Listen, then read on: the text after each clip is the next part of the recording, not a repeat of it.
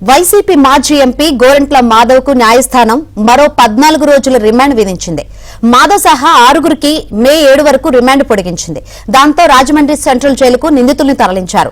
మాధవ్ సహా 6గురిని పోలీసులు కస్టడీకి తీసుకుని 2 రోజులు ప్రశ్నించిన తర్వాత న్యాయస్థానం మరో 2 వారాలు రిమాండ్ పొడిగించింది.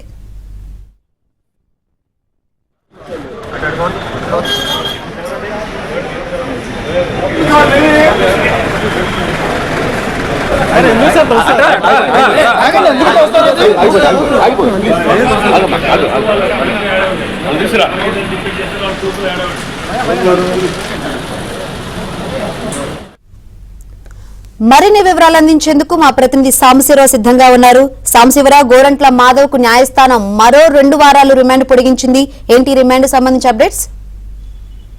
శంకరి, గుంటూరు జిల్లా పోలీసుల అదుపులో ఉన్న చేబ్రోలు కిరణ్ పై దాడికి ప్రయత్నించడం, పోలీసులు విధులకు ఆటంకం కలిగించడం, పోలీసు వాహనాలపై దాడికి ప్రయత్నించిన ఘటనపై గుంటూరు నగరంపాలెం పోలీస్ స్టేషన్ లో గోరంట్ల మాధవ్ తో పాటు మరొక 5 కూడా కేసు నమోదు చేసి కోర్టులో హాజరుపరచగా వారికి 14 రోజుల్లో రిమాండ్ విధించారు. ప్రస్తుతం వాళ్ళు గత 14 రోజుల నుంచి రాజమండ్రి జైల్లో రిమాండ్ ఖైదీలుగా ఉన్నారు. అయితే నగరంపాలెం పోలీసులు గోరంట్ల మాధవ్ అతనితో పాటు ఉన్న 5గురిని కస్టడీ విచారణ కోరగారు. కోర్టు 2 రోజుల పాటు కస్టడీ విచారణకు అనుమతించింది.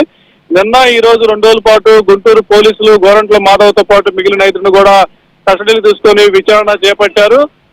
చేబ్రోలు కిరణ్ ని పోలీసులు తీసుకొచ్చే సమయంలో ఈ స్థానికంగా ఉన్న పోలీసులు ఎవరు సమాచారం ఇచ్చారనే అంశాన్ని కూడా వాళ్ళు గోరంట్ల మాధవ్ నుంచి రాబట్టే ప్రయత్నం చేసినప్పుడు కూడా అతను ఎలాంటి సమాచారం ఇవ్వలేనని కూడా తెలుస్తుంది. దీంతో కస్టడీ గడువు 5 గంటల సమయానికి ముగిసిన నేపథ్యంలో గుంటూరు జీజీహెచ్ లో వైద్య పరీక్ష అనంతరం పోలీసులు తిరిగి గోరంట్ల మాధవ్ ని మరో 5గురిని కూడా తిరిగి గుంటూరు కోర్టులో హాజరుపరచగా న్యాయమూర్తి మరొక 14 రోజుల పాటు గోరంట్ల మాధవ్ తో పాటు మిగిలిన 5గురు కూడా రిమాండ్ విధించినట్టు తెలిసింది.